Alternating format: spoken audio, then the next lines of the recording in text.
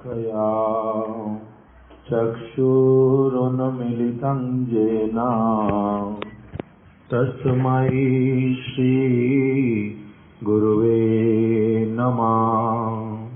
मूकं करोति वाचालं पंगुं लंघ्यते गिरिं यत्कृपात्वम् अहं वन्दे श्रीगुरुं दीनतारणं परमानन्दमाधवं।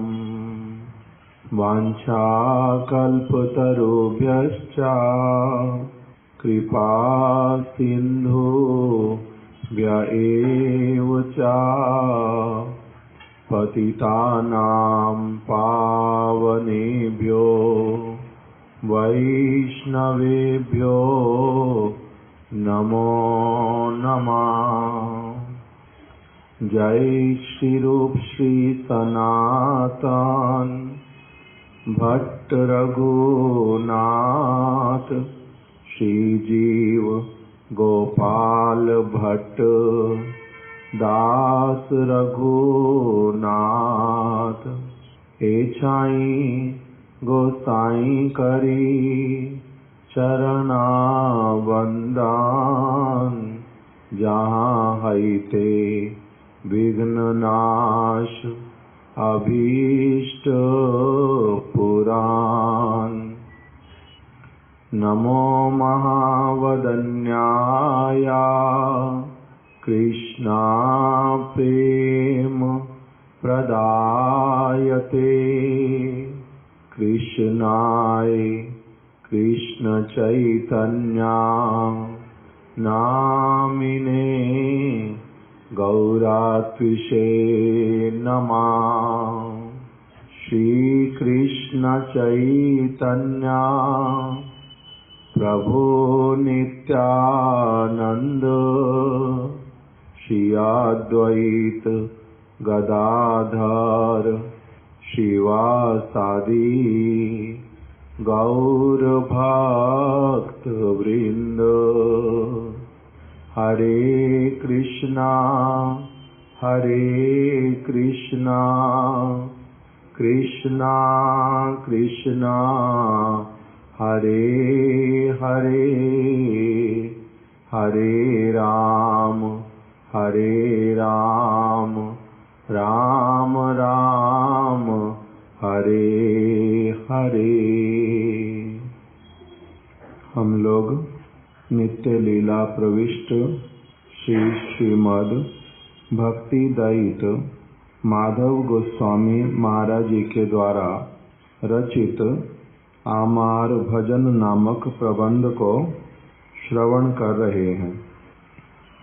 पहले हम लोगों ने श्रवण किया कि किस प्रकार से उन्होंने आमार भजन अर्थात मेरा भजन इसके विषय में पहले संक्षेप में उन्होंने बतलाया कि कैसे मैं बहुत समय पहले ही मैंने अपने घर को, परिवार को और जो सारा कार्य इत्यादि करता था उसको छोड़ करके मैंने भगवान श्री कृष्ण का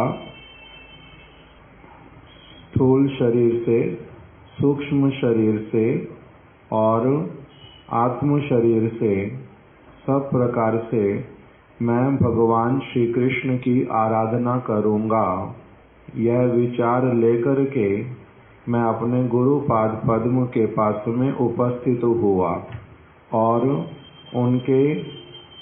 उनका चरण आश्रय प्राप्त करके और उनके द्वारा श्री कृष्ण की सर्व इंद्रियों से सेवा करने का सुयोग पाकर मैं बड़ा आनंदित हुआ, प्रसन्न हुआ और मैंने यह संकल्प लिया कि मैं सारा जीवन ही भगवान श्री कृष्ण की सेवा करूंगा।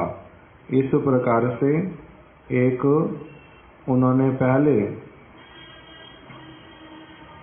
निर्णय लिया और आश्रम में आ गए गुरु पाद पद्म के पास में रहने लगे। वैष्णवों का संग होने लगा। नित्य प्रति भगवान का कथा श्रवण करना, कीर्तन करना, मंदिर में दर्शन करना और वैष्णवों के उद्देश्य से सेवाएं करना, ये सारा सुयोग प्राप्त होता गया। तो इस प्रकार से एक प्रारंभिक अपने जो पारमार्थिक जीवन की सारी ये बातें बतला करके फिर उन्होंने प्रारंभ किया कि किस प्रकार से अब मेरा साधु वेश और साधुओं जैसी क्रियाएं देख करके साधारण सभी जगत के लोग जो थे वो मेरा बहुत अधिक सम्मान करने लगे और साथ ही साथ में मेरे को सब प्रकार की सुविधाजनक वस्तुएं भी प्राप्त होने लगी। और उसी से दिन प्रतिदिन मेरा क्या होता गया कि वो कामना अच्छी प्रकार से उल्टा जागती गई। अच्छी प्रकार से ये कामनाएं हृदय में जागने लगी कि मैं वास्तविक रूप में सम्मान का पात्र बन गया हूँ और मेरे को भक्ति का सारा कुछ ठीक से अब पता चल गया है। कुछ एक श्लोकों को, कुछ एक भागवत के और शास्त्रों के उपाख्यानों को पढ़ समझ लेने पर मेरा हो गया कि अब मेरे को भक्ति के विषय में सब कुछ पता है। अब मैं ऊंचा आसन उसके ऊपर बैठने की कामना करता हूँ और सब समय सम्मान का भावना बना रहता है। मन जिन वस्तुओं को प्राप्त करके पहले आनंदित होता था, अब वही वस्तुएं ही मेरे को अच्छी नहीं लगती हैं। बार बार क्या एक ही भगवान की बातें सुनता रहूं? क्या सेवा करने के लिए और कोई व्यक्ति नहीं है? अब यदि मेरे को गुरु की सेवा कुछ मिलती, पहले मैं सौभाग्य मानता था, अब मेरे लिए वो ट्रबल सम होने लग गया।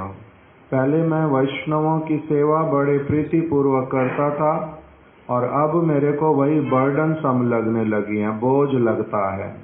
भगवान की सेवा यदि मुझे कुछ प्राप्त होती है तो मैं उसके प्रति इनडिफरेंट फील करता हूँ, उस और अधिक लगना नहीं चाहता हूँ। मेरे को केवल जो चीज चाहिए वो क्या है? सब प्रकार की सुविधा और मेरा सम्मान। वो यदि मुझे मिलता रहता है मैं ठीक रहता हूँ, नहीं मिलता तो मुझे परेशानी होती है। मेरी भूल भी बीच बीच में पकड़ी जाती है, कभी गुरु जी के द्वारा, कभी वैष्णवों के द्वारा। कभी कभी मैं स्वयं भी पकड़ लेता हूँ अपनी भूल को। कभी कभी चालाकी करके मैं सबसे छिपा जाता चीज को और सब समय कुछ न कुछ ऐसा वाला चलता रहता है। कभी मैं इच्छा करता हूँ कि मेरे को जहाँ पर इस तरह का कोई देखने वाला ना हो, कोई टोका टाकी करने वाला ना हो और साथ साथ में सम्मान भी मिलता रहे, मेरा जीवन भी बड़ा शांति पूर्वक अपना चला जाए, लग्जरियस लाइफ हो मेरी। इसीलिए मैं कभी कभी निर्जन भजन करने के लिए अपना कुटिया में बैठ जाता हूँ। किंतु कभी कभी वो भी नहीं मिलता तो माधुकरी करने जाता हूँ। कभी फिर भी पूरी तरह से सम्मान नहीं मिलने पर फिर मन कहता है अब मैं क्या करूँ, अब मैं क्या करूँ। कभी कहीं पर कथा करने चला जाता हूँ जिससे कि बहुत सारे लोगों से सम्मान प्राप्त हो। कभी कोई ऐसी सेवा में एकदम से कूद पड़ता हूँ, लग जाता हूँ जिसके द्वारा सारे लोगों को पता चले कि मेरा कितना अधिक रुचि है सेवा करने का। मेरी अलग अलग अवस्थाएं आती रहती। ऊपर से मैं वैष्णव के सारे चिन्ह भी धारण करता हूँ, तिलक लगाता हूँ, कंठी पहनता हूँ, शिखा रखता हूँ और मुख से बड़े सबके सामने क्या कहता हूँ, मैं तो जी हरि गुरु वैष्णवों का दास हूँ। भगवान जैसी अवस्था में रखते हैं उसी में प्रसन्न रहता हूँ, किंतु मैं स्वयं ही बहुत बार अपनी अवस्था पकड़ लेता हूँ कि मैं अंदर से कुछ और हूँ, मैं बाहर से कुछ और हूँ। कह रहा हूँ मैं कुछ और, चाहता हूँ मैं कुछ और, सबको दिखलाना चाहता मैं भगवान का भक्त, किंतु अंदर से मैं समझ रहा हूँ मैं इंद्रिय भोगी बनता जा रहा हूँ।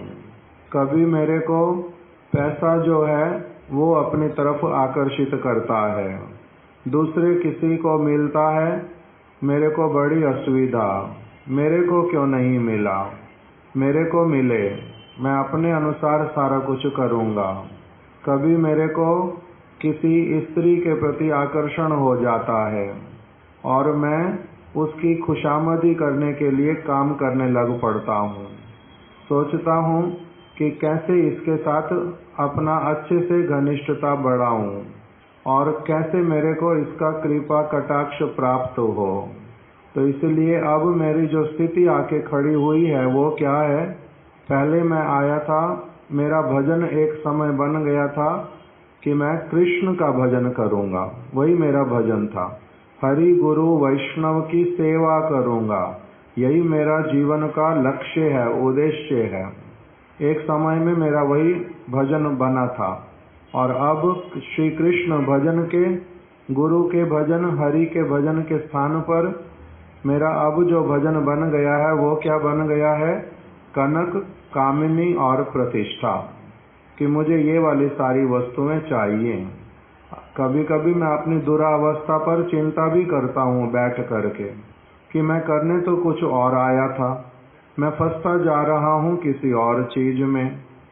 कहाँ तो मेरा भव समुद्र जो है मेरे को दिखलाई पड़ने लगा था कि अब मेरा समुद्र को पार करने का समय आ गया, और कहाँ अब मेरे को लग रहा है कि मैं तो पहले से भी खराब वाली अवस्था में फंस रहा हूँ। गुरुदेव के प्रति पहले मेरा बड़ा अच्छा भावना था, अब किंतु मेरा वैसे वाला भावना नहीं रह गया, क्योंकि उनसे शासन मिलता है, उनका टोका टाकी सुनना पड़ता है। कभी कभी वो मेरी कमी को दूसरों के सामने भी बतला देते हैं, तो इसीलिए मैं बहुत बार उनको कुछ समझाना भी चाहता हूँ कि आप ऐसे मत किया करो, ऐसे कर लिया करो, कुछ कहने की इच्छा हो सबके सामने मत कहो, पीछे से छिपा करके कह दिया करो। समझाने की इच्छा करता हूँ, मगर फिर ये भी मेरे को पता चलता है कि अगर उनको मेरी बात बुरी लग गई तो, और उन्होंने ज़्यादा उल्टा सबको बोल दिया कि देखो ये किस प्रकार के स्वभाव वाला व्यक्ति निकलता जा रहा है, तो मेरी और परेशानी होएगी। इसीलिए मैं और भी अब क्या करता हूँ, उसमें भी संकोच करता हूँ, किंतु अंदर से मैं उनके प्रति वैसी भावना अब नहीं रख पाता जैसी पहले मेरे लिए थी, मेरे मन में थी उनके प्रति भावना। अब सारा कुछ मेरा बदलता जा रहा है। फिर मेरे को लगता है कि मेरा कहीं ना कहीं वैष्णव अपराध भी हो रहा है, नहीं तो मेरे मन में संसार के विषयों वाली सारी वार्ता क्यों जागती है। मैं कोई दोष कर रहा हूँ, मेरे से कोई अपराध हो रहा है। फिर जब समझ भी आ जाता है, फिर मेरे मन में मगर सत साहस नहीं आता कि मैं उसको एडमिट कर लूँ, स्वीकार कर लूँ और जा कर के क्षमा प्रार्थना कर लूँ। वो मैं नहीं कर पाता, मेरा आत्मसम्मान उसमें मेरे को बाधा देता है। मैं अब मेरा भजन वास्तविक रूप में इस स्थिति में आकर के खड़ा हुआ है।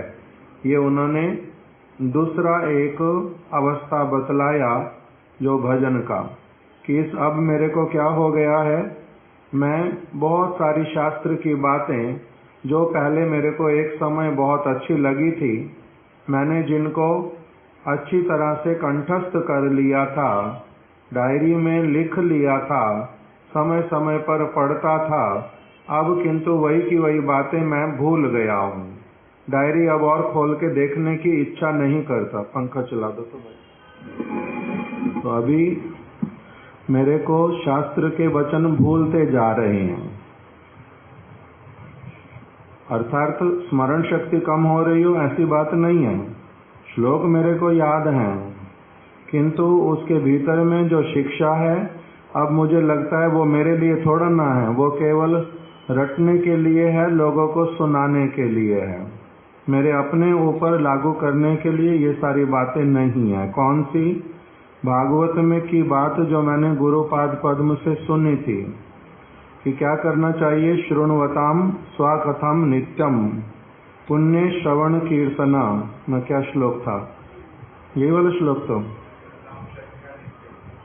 गृणंतश्चा स्वचेष्टितम की नित्य प्रति क्या करना चाहिए। भगवान की जो परम पवित्र गाथा उसको श्रवण करना चाहिए, बड़े ही प्रयास के साथ में उसको ग्रहण करना चाहिए। उसको करने से, वैसा वाला करने से भगवान अतिशीघ्र हृदय में आकर के बैठ जाते हैं, सारे अनर्थ दूर हो जाते हैं और समस्त जो भौतिक लौकिक कामनाएं वो सब चली जाती हैं। जहाँ पर भी रहते हैं वहीं पर ही रहते रहते गोलोक वृंदावन जो है वो प्राप्त हो जाता है। इसी शरीर में एक व्यक्ति किस प्रकार का उसका स्थिति होता है, जब वो मुक्त पुरुष बन जाता है, परम आनंदित हो जाता है। अब मेरे को ये बातें भूल गई कि मेरे को नित्य प्रति श्रद्धा पूर्वक चेष्टा करते हुए भगवान की कथा सुननी है। ये मैं अब भूल गया हूँ। मैं दूसरा भूल बैठा, भगवद गीता की बात को भगवान ने कहा कि मन बहुत चंचल है, दैवी ऐसा गुणमयी मम माया दुरत्तया। मेरी जो माया है, भगवान कह रहे हैं, वो बहुत अधिक, उसको पार करना बड़ा कठिन है। ये अलग अलग रूप बना करके आती है, इसको पार करना इतना सहज नहीं है। किंतु सहज नहीं होने पर भी इसको पार भी किया जा सकता है यदि कोई मेरे शरणागत हो जाए, मेरे वचन के अनुरूप चले। मन बड़ा चंचल है तो क्या हुआ, किंतु इसको वश में करना असंभव भी नहीं है, संभव पर है, अभ्यास योग करना पड़ता है। तो ये बातें मैं अब भगवान की भूल गया, जो मैंने सुनी हुई थी। मेरा अब अभ्यास नहीं हो पाता, मैं करता ही नहीं। बार बार लगता है कि क्या हर रोज वही का वही काम करना। फिर मैंने अपने गुरु पाद पद्म से सुना था, 2 प्रकार के मार्ग हैं, प्रेया मार्ग और श्रेया मार्ग। प्रेया मार्ग अर्थात जो अभी तो अच्छा लगता है किंतु फल में फलदायी नहीं होगा, वो खराब फल को लेकर के आएगा। किंतु मैं क्या करता हूँ, वही प्रेया वाला प्राप्त का मार्ग पर ही मैं चलता हूँ। श्रेया वाला जो मार्ग है, जो अभी मेरे को अच्छा लगे नहीं लगे, मन मारना पड़े और थोड़ा सा समझाना पड़े अपने आप को, किंतु बाद में मेरे लिए बड़ा ही वो मंगलकारी होगा। तो वो जो श्रेया मार्ग और प्रेया मार्ग, इसकी बात मैंने बहुत बार सुनी थी, अच्छी भी लगती थी उस समय। पहले लगता था ये कितनी अमृतमयी बातें हैं, संसार में तो ये बातें कोई करता ही नहीं है और कोई समझाता भी नहीं है। मेरा तो बड़ा सौभाग्य उदित हुआ है, मेरे को इतनी सारी बातें अच्छी अच्छी ये सारी गुरुवर्ग सुनाते हैं, वैष्णव गण सुनाते हैं।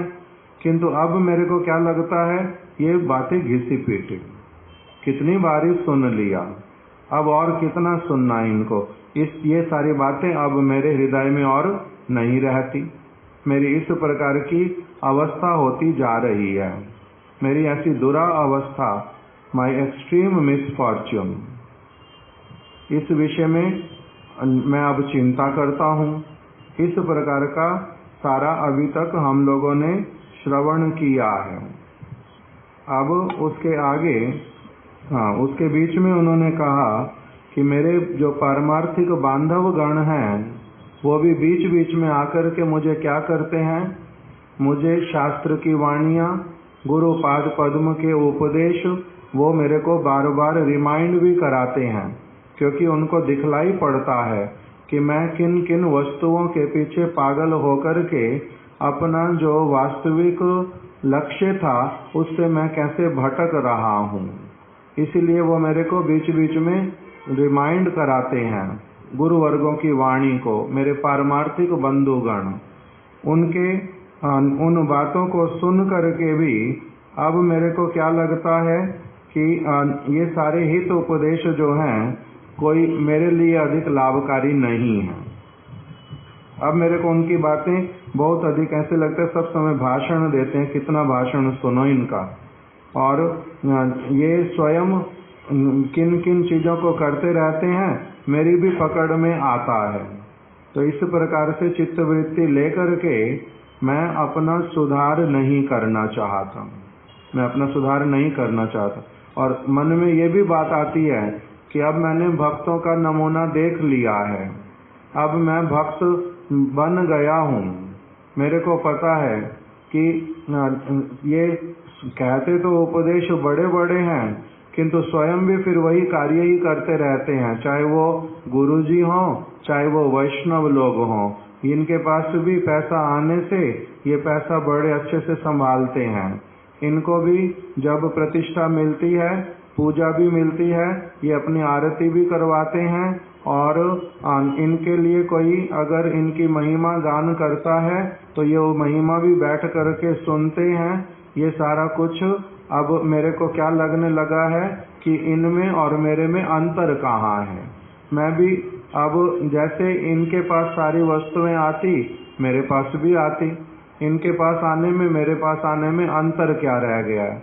मैं गुरु हरि और भगवान से अलग थोड़ा ना हूँ, वो और मैं एक ही हैं।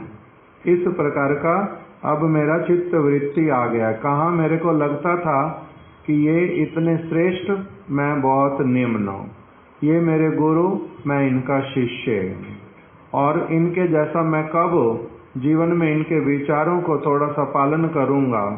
ये सारा कुछ पहले मेरी स्थिति थी, अब किंतु मेरी वो स्थिति नहीं रह गई। अब तो मुझे लगता है इनमें और मेरे में कोई अधिक अंतर नहीं। कोई इनकी पूजा करे, मेरी पूजा करे, मेरे को कुछ ला के दे, इनको कुछ ला के दे, इन्होंने ऐसे ही ग्रहण कर लिया, मैंने कर लिया, क्या उसमें आता है और क्या जाता है।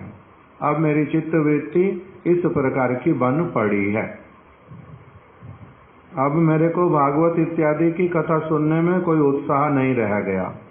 और अगर मैं बैठता भी कभी कथा सुनने के लिए, उस समय मेरा क्या होता है, शरीर मेरा कहीं पर और मन मेरा कहीं और।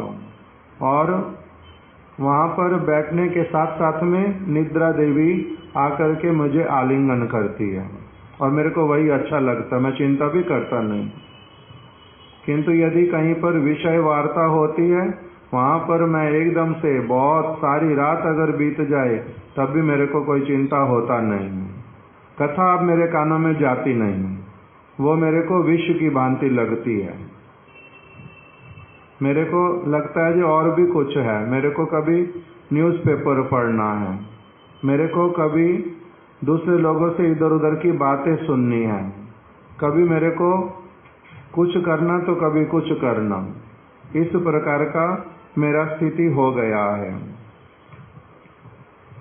मैं अब पूरी तरह से ये भी भूल गया हूँ कि मेरे जैसा व्यक्ति जो है काममय, जिसके हृदय में काम जो है वो सब समय कभी वस्तुओं को प्राप्त करने का, कभी सुख भोग का, कभी कुछ तो कभी कुछ, ऐसे वाले व्यक्ति के भीतर में कभी भी भगवान का, भक्त का, भागवत के किसी वचन का जो वास्तविक दर्शन वो नहीं होता।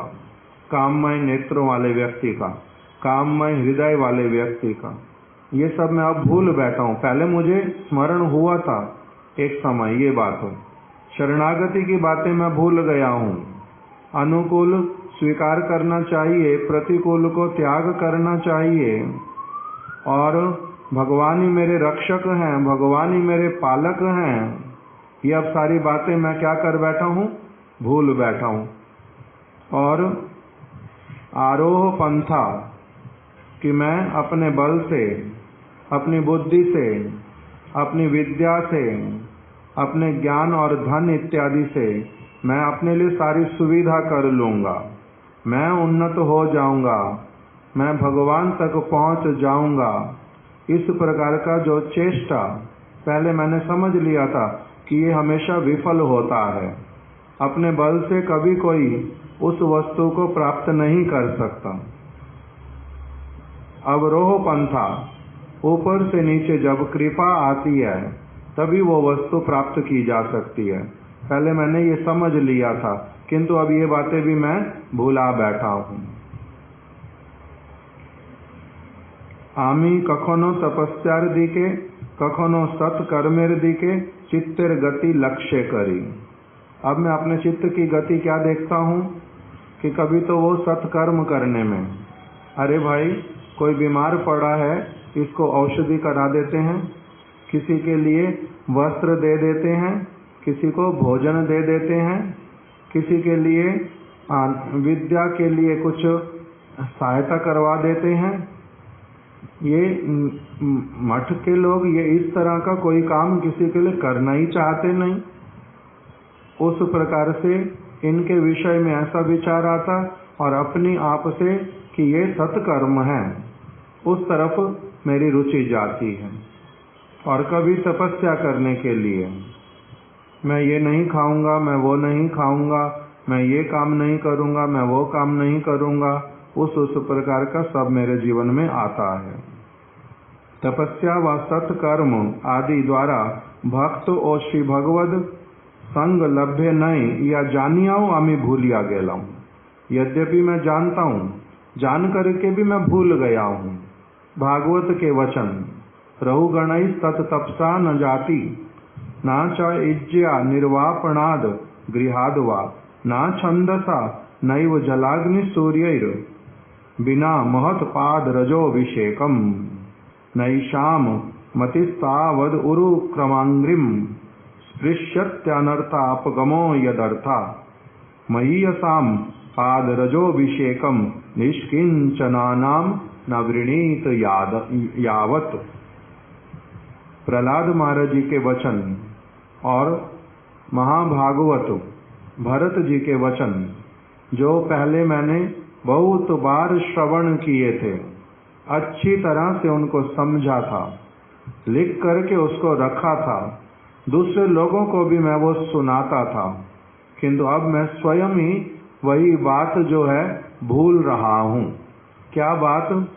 कि भगवान जो हैं वो महत्पाद रज में अभिषिक्त व्यक्ति को ही प्राप्त होते हैं और किसी को प्राप्त नहीं होते किसी भी क्रिया के द्वारा, ना तो तपस्या करने से, ना व्रत करने से, ना होम करने से, ना तीर्थों में जाने से, कुछ किसी भी प्रकार से वो सारे कार्य स्वतंत्रता पूर्वक करने पर, चाहे कितने भी प्रकार के सत्कर्म क्यों ना कर लूं, कितनी तपस्याएं, कितनी यात्राएं क्यों ना कर लूं, किंतु भगवान में मेरी मति नहीं लगेगी, भगवान की कृपा मुझे प्राप्त नहीं होगी जब तक मैं महत पुरुष का शरण ग्रहण नहीं करूंगा, उनका अनुगत्य नहीं करूंगा, उनके मन के अनुसार नहीं चलूंगा।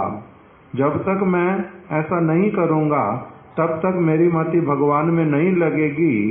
ये मैंने पहले सुना तो था, किंतु अब मैं कभी तपस्या वाली तरफ कुछ करने लग जाता, कभी मैं कोई सत्कर्म करने में लग जाता, कभी मैं तीर्थ यात्रा करने में लग जाता।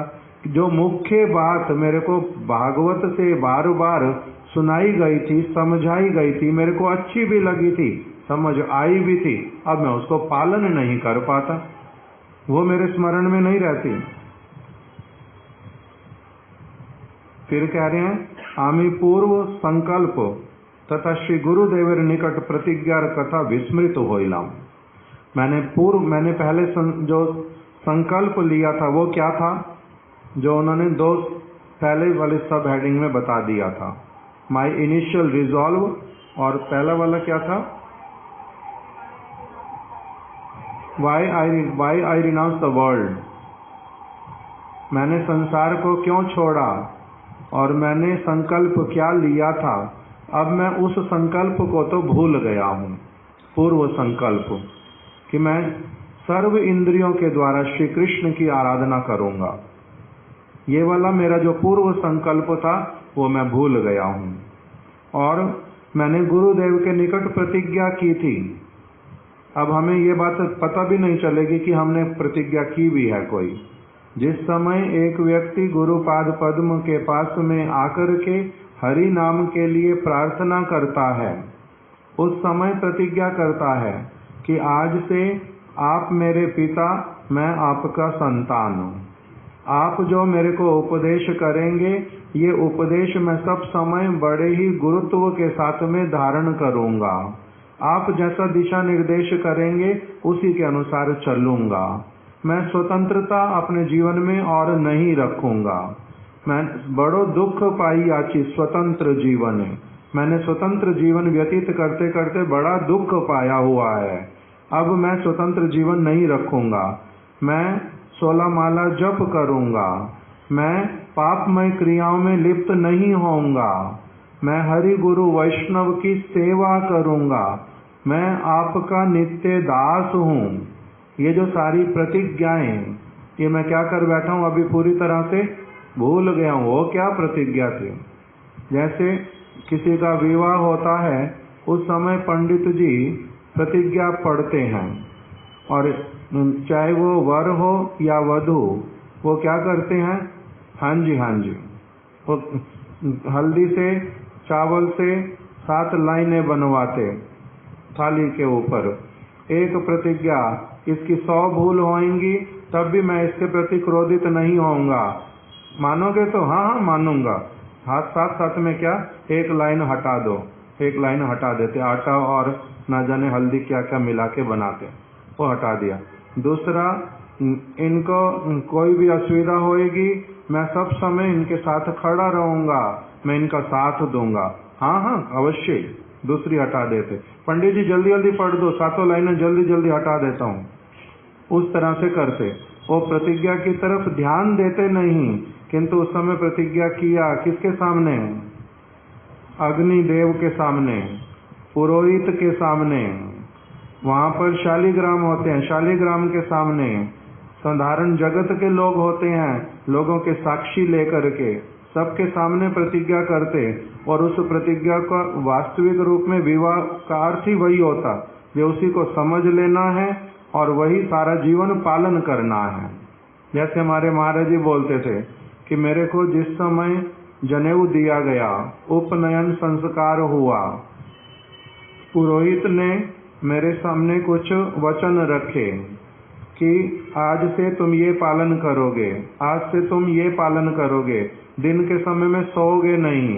तुम्हारे जी कहते बाकी सारे बालकों ने बोल दिया, मैंने बोला मैं नहीं बोलता ये बात, नहीं सोऊंगा। अभी ठीक हूँ, नहीं सो रहा, किंतु कभी बीमार पड़ूंगा तब क्या सोऊंगा नहीं?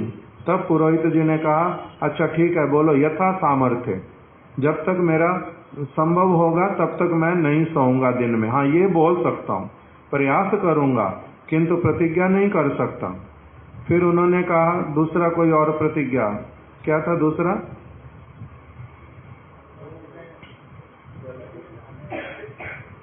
डुबकी मार करके नहाऊंगा या नहीं नहाऊंगा, कोई ऐसी 1-2 बातें। तो स्थान स्थान पर महाराज जी ने कहा, मैंने बोला जी ना मैं नहीं बोलता ये बात मैं पूरी कर पाऊंगा। तब पंडित जी ने दूसरा कोई उपाय निकाला।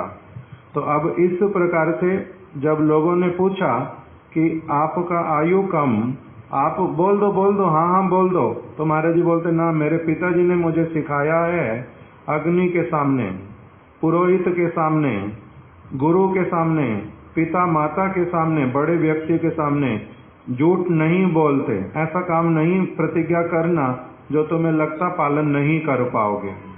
तो इस प्रकार से अभी हम लोग हरि नाम लेते समय कितने तरह की बात, जो प्याज लहसुन नहीं खाऊंगा, मैं मांस नहीं खाऊंगा, शराब नहीं पीऊंगा, मैं मिथ्या जो कार्य हैं उनमें नहीं लगूंगा, कितनी कितनी प्रकार की बातें उस समय सरल सरल रूप में, हाँ ये तो मैं करूँ। 2 दिन, 4 दिन, 10 दिन, 1 महीना, 2 महीने बीते बीते एक के बाद एक सारे, प्रभु जी बस एक ही दिन लिया था प्याज, ज्यादा तो उसमें कोई परेशानी नहीं। तो बाहर सिर्फ जब बाहर जाते हैं ना, मजबूरी हो जाती है ना, तब ये वाला काम कर लिया था, तब वो वाला काम कर लिया था, एकादशी मेरी ये वाली चीज हो गई थी, वो हो गया था, तो कभी कुछ तो कभी कुछ। तो इसलिए बोल रहे हैं जो मैंने गुरुदेव के निकट प्रतिज्ञा की थी वो भी अब मेरा क्या हो गया है, विस्मृत हो गया है। छोटी छोटी चीजें नहीं, मैं तो अब बड़ी बड़ी चीजें भी जो हैं उसमें भी कोई चिंता करता ही नहीं हूं। श्री कृष्ण दासानुदास सूत्रे आमार सपरिकर श्री कृष्ण सेवा व्यतीत अन्य कोनो कृत्य व स्वार्थ नहीं व थाकिते पारे नाम। अब यहाँ से दूसरा विषय शुरू हो रहा है। आमी ब्रह्मांडेर मध्य सर्वश्रेष्ठ उच्च आकांक्षा लइया भजने प्रवृत्त होइया एखन उक्त उच्च आशा परित्याग कोरता क्षुद्र और नश्वर दुखप्रद विषय लालसा अन्वित होते छिकेनो या धीर भावे चिंता करिया देखीते छीना। यहाँ पर बड़ी गुरुत्वपूर्ण बातें हैं, एक एक वचन में बड़े सारे उसमें बातें सोचने की समझने की हैं और हमारी जहाँ जहाँ भूल हो रही है उसको सुधारने के लिए हैं। कि मैंने चाहे मुख से बोल करके हो ना बोल करके हो, किसी को गुरु स्वीकार करने का अर्थ ही क्या होता है, किसी को बड़ा कहने का अर्थ क्या होता है, क्या केवल मात्र मौखिक रूप में होता है ये सारा कुछ, या इसके पीछे कुछ विशेष भावना होती है। ये सारा कुछ विचार करने की बातें हैं।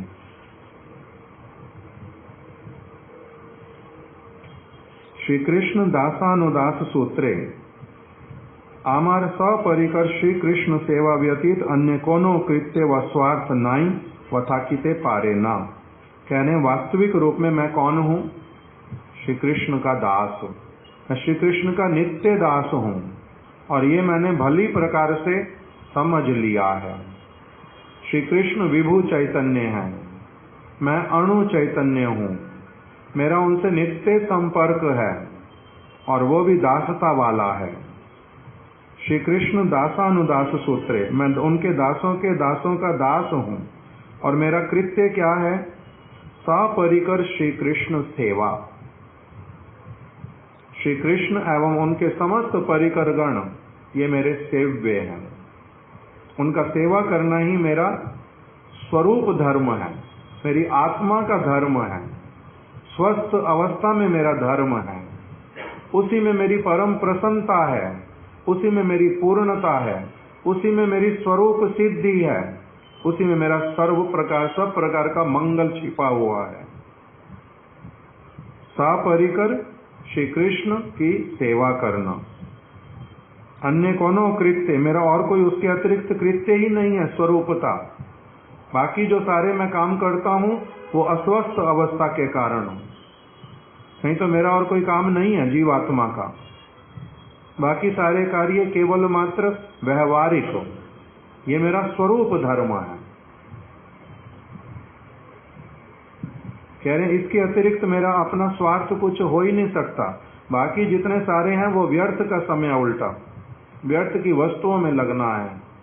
स्वार्थ मतलब मेरा अपना संपत्ति, जिसमें मेरा स्वयं का लाभ, जिसमें मेरा अपना ही सबसे अधिक प्रसन्नता, यही है कि मैं सपरिकर श्री कृष्ण की आराधना करूं, सेवा करूं। स्वार्थ मेरा है भी नहीं, वह थाकिते पारे ना, कह रहे हो भी नहीं सकता कोई और वस्तु मेरा स्वार्थ, यही मेरे लिए सबसे बड़ी वस्तु है। आमी ब्रह्मांडेर मध्य सर्वश्रेष्ठ उच्च आकांक्षा लैया भजने प्रवृत्त हो या छिलाम। कह रहे हमारे गुरु वर्गों ने हम लोगों को जिस वस्तु को सिखला दिया है कि तुम्हारे जीवन के सर्वश्रेष्ठ जो उच्च आकांक्षा है वो क्या होनी चाहिए, ये पूरे ब्रह्मांड के अंतर्गत, पूरा ब्रह्मांड मतलब समस्त पृथ्वियां, स्वर्ग लोक इत्यादि, ब्रह्म लोक इत्यादि, इसके अंतर्गत जितने सारे जीव रहते हैं, जो वो सारे काम करते हैं, जिस पद पर पहुंचना चाहते हैं, जो आकांक्षाएं रखते हैं, उसके द्वारा जो जो उनको मिलता है, चाहे सार्वभौम का पद हो, बहुत बड़े बड़े राज्य हो, बहुत सारी संपत्ति हो, बहुत प्रकार की भोगमय वस्तुएं मिलती हों, सारा कुछ, कह रहे ये जितनी आकांक्षाएं लोगों की होती हैं, उन सारी आकांक्षाओं के सामने मेरी वाली जो आकांक्षा, वो इतनी ऊंची आकांक्षा है, उसके सामने ये सारी तुच्छ हैं और आकांक्षाएं घृणित हैं कि मैंने एक समय में भली प्रकार से समझ लिया था। न नाक पृष्ठम न च नाक पृष्ठम न च पारमेष्टम न सार्वभौमम न रसाधिपत्यम न योग सिद्धिम अपुनर्भवम वा समंजसा त्वाम विरहाय कांक्षे। मैं सार्वभौम पद नहीं चाहता, मैं ब्रह्मा नहीं बनना चाहता, मैं इंद्र नहीं बनना चाहता, उनके प्रजा नहीं, केवल उनका कोई छोटा मोटा दास नहीं, मैं वही नहीं बनना चाहता, सबसे बड़ा ब्रह्मांड का व्यक्ति। मैंने ये आकांक्षा की थी कि मेरे को उनसे भी बड़ी वस्तु जो होती है, जो उनको भी प्राप्त नहीं हो सकती, मैं उस वस्तु को प्राप्त करूंगा। ये ऐसी वाली उच्च आकांक्षा लेकर के मैंने अपना भजन प्रारंभ किया था। पूरे ब्रह्मांड में उच्च आकांक्षा, ना धनम न जनम न सौंदर्यम कविताम व जगदीश कामये मम जन्मनि जन्मनीश्वरी भवताद भक्तिर अहेतुकी त्वयि। मैंने ये आकांक्षा की थी। मैं उन सब के जो ब्रह्मांड के समस्त प्राणी चाहते हैं, ब्रह्मा जो चाहते हैं, इंद्र इत्यादि देवता जो चाहते हैं, मैंने उन सारी वस्तुओं को भी अत्यंत निम्न, तुच्छ, घृणित मान करके, अनित्य मान करके उस ओर से अपना मुख फेर लिया था। जगत के लोगों के पद का, धन का और समस्त वस्तुओं का तो फिर कहना ही क्या। ऐसी वाली उच्च आकांक्षा का एक समय में मैंने पोषण किया था अपने हृदय में कि मैं क्या करूंगा, सपरिकर श्री कृष्ण के चरण कमलों की सेवा के अतिरिक्त मैं अपने जीवन में और कुछ नहीं रखूंगा। मैंने ये रिजॉल्व किया था। उच्च आकांक्षा लेकर के मैं भजन में प्रवृत्त हुआ था। और अब मेरी क्या दुरावस्था आई है। मैंने इतनी श्रेष्ठ वस्तु जो मैंने ये कामना की थी, उसके कारण श्रेष्ठ से श्रेष्ठ व्यक्ति भी जो हैं, वो मेरे को कहते थे कि ये कैसा परम सौभाग्यशाली व्यक्ति जो है ये आया है, इसको इस प्रकार की किसी वस्तु के प्रति लोभ ही नहीं है, उसको इसका उससे मोह भंग हो गया है, ये इतनी उन्नत अवस्था को प्राप्त कर गया है। कहाँ वो लोग मेरी प्रशंसा करते थे, अब कहाँ मैं मारा मारा भटका फिरता हूँ। थोड़ी सी प्रतिष्ठा, थोड़े से धन, किसी स्त्री के कृपा कटाक्ष को प्राप्त करने के लिए ऐसी घृणित, तुच्छ, मल युक्त वस्तु के द्वारा मेरा जो आकर्षण है अब उस तरफ हो रहा है। इतनी उच्च आकांक्षा को लेकर के चलने वाला व्यक्ति जिसका ऐसा सौभाग्य उदित हो गया था, अब वो यहाँ पर आकर के मरा। मेरी दुरावस्था ऐसी वाली इस बात को बोल रहे हैं कि इतनी उच्च आकांक्षा को परित्याग करके अब मैंने क्या किया है, क्षुद्र और नश्वर दुखप्रद विषय लालसान्वित होइयाची, कि मैं ऐसा क्यों बन रहा हूँ, क्यों नहीं यह धीर भावे चिंता कोरिया देखिते चीना।